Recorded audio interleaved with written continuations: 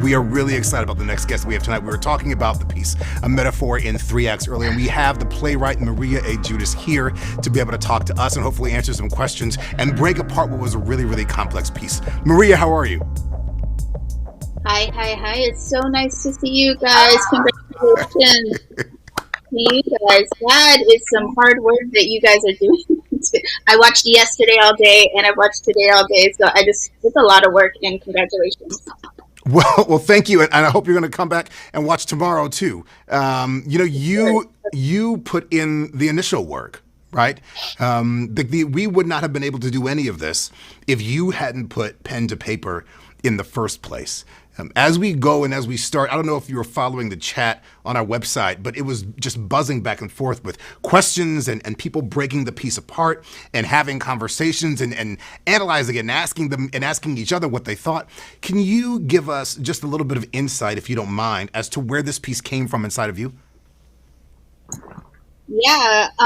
So where did the piece come inside of me? That's always the question, right? Right. The chicken and the egg. I don't know, but I do know, right? It Sure. started off for a feature film that I'm making right now called Elephant. And so if you're watching the piece, the elephant in the room is really kind of what the feature film is about. But, I think there's something to say here about the power of theater and the power of film and the power of writing, how each one of those components can really hold a special piece of a narrative. And so I found something that I couldn't necessarily say in the film, and it became a poem, and then somehow it turned itself into a play. I had very little to do with it. All the shit moves through me, and I just follow, the pen, right? I can't tell you how I got here. I didn't know this was going to be a play at all. I just thought it would be words on a page that eventually became a poem, that eventually became a play, then it eventually became this amazing piece that you guys just put on stage. So, I'm just a conduit of the universe. Well, I mean, listen, what a conduit, because I Alexis and I both write, and I'm always amazed when I sit and I look at the work of other writers and other creators. When I look at a piece and go, I could not do that. I could not have written or produced a piece in that way, in that vein, that works and that is as complex as it was. Lex, I know that you worked really closely with the director Mackay to try to put this piece up and on its feet, and having lots of conversations with the actors and bringing this about. Can you talk for a second, and obviously Maria, please jump in too, about how this piece, because of its nature, can be interpreted in so many different ways. And so when we stage it and start putting this up, it's really fundamentally based on, yes, your words, but then also the director's reading and interpretation and framing, right, to establish for us as the audience what we're going to be looking at and seeing. Well, I think it would be remiss of us to not start with Maria, since it's her piece. So let's start with you, Maria. I know that we took a lot of liberties as far as interpretation, because you graciously left it pretty open for us as far as the stage directions. They were really just very free, with just some markers kind of establishing basic power dynamics in my mind. So can you talk about maybe why you wrote it that way, and your perspectives about the different things John was talking about? Yeah, and I go back to this, I hate to sound like a West Coast hippie, but, I am just a conduit of the universe. I really placed in this, little obstruction for myself that I would give this play over to the universe, and I got rejected. I don't know how many, submissions I put in and how many people rejected me, and it landed in your laps. And I'm just I would have never thought of the things that you guys thought of, and it really made me see the play in so many ways. For me, a lot of my work, including my film work, is very much about public space, and so I envisioned this to be very much like a public black box kind of piece that anybody, literally anybody. So even thinking of the playwright before speaking, I want anybody to reach it and read from it and play and act in it, and not feel like it's an elitist piece, and also not feel like it's pretentious, and not feel like these words are too big of them to swallowing them up too much. I really want them to be owning every single piece of that play. And so it's kind of for me, like this, kitchen sink play, every man's play. And when you guys took it, I'm like, it's still that, and it has this like other layer that's really beautiful. So yeah, I don't know if that answered your question, John or Alexis, but Yeah. I mean, I was just gonna say, like, I was particularly very interested to see mask idea interplay with the mask. It definitely was not something I was thinking of, but it was very powerful, and even making it kind of anonymous, kind of like this, anybody can play this role, and those dynamics are still there too, so that's quite interesting. yeah, what was like really interesting in the staging of it, and I mean, I wish that we had some of the actors on to talk about this also. Yeah, we should have. But what I didn't realize is how much reads even through the mask. And in a way, because I think the actors were not able to like rely on their face to tell the story, they were kind of forced to really, like you were saying, your intention was to really get into the words and the specificity of the words and what their individual stories were, and then to allow those choices about who they are now, who they were, what just happened, to take them on a ride, Right. like by living in the moment to moment of the text. And I feel like there were even moments that surprised them in the discovery, because there's a thing that happens that I find with poetry or with spoken word. Sometimes it's very easy to get caught up in the language and the rhythm.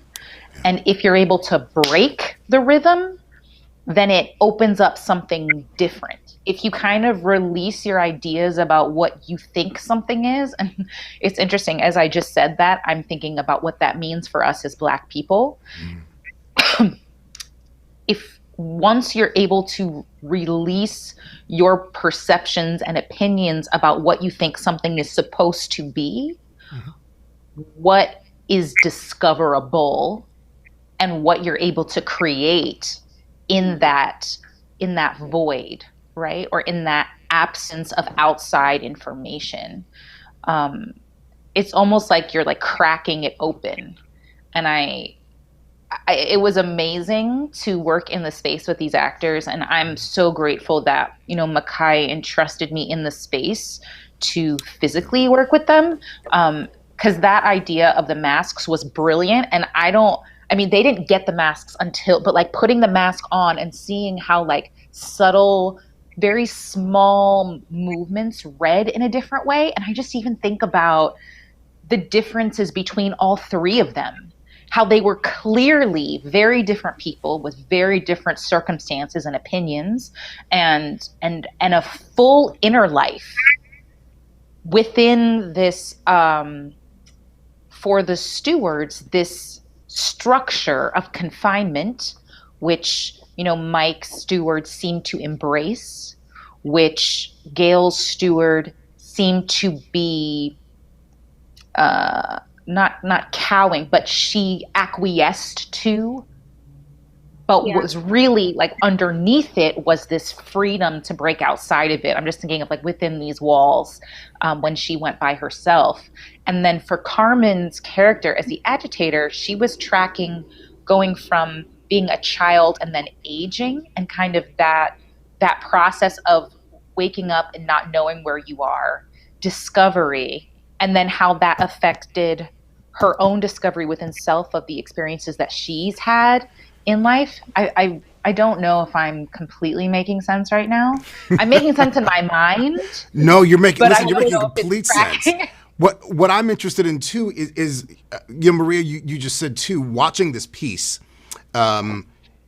like watching somebody else produce it, watching somebody else do things with it that maybe as you were writing it, you didn't necessarily think of. I'm really curious as to what that experience is, latching on to what Alexis was just talking about and the arcs of the individual characters. As a writer, when you're building a piece and you're giving it to somebody and they present it in a way that you didn't expect, your thought process and seeing it and how that makes you reconsider the work. Woo! That's a lot. I would say like the number one thing is like I was really thinking when Alexis was talking here is like the personal is political, right? Sure. Yeah. And how do I move out of my own way to allow a person in any capacity, the designer, student designer, the manager, the lighting person, to use their own personal that is political, bring their art through that into the play. And I think as a director, maybe you guys have this, we get in our way a lot. And we have to kind of bake this shit in at the base to say, let me move out of my way and allow that personal political to come in. And I think that's what we've seen on stage with the actors is bringing that to the stage in 4 different ways. We saw 4 different variations of this political. Like, we are Black people with lots of different intersections, right? I'm in Cisco, I'm a Black woman, I have, so much in my life and family history, education, that makes all these politics for me that might not be Alexis politics or be John's politics. Many of them intersect, although they all don't intersect. So that's the place where we should be playing. I think that's the diversity within Black people that we should be speaking, which is like that touches this play is showing how big. I think you've said this, John. We are not a monolith. I was watching yesterday. I was to say that. Here's my family's from Louisiana. We got Creole blood. But yet we've been here in San Francisco for 3 generations. This is the diversity of our people. Yeah.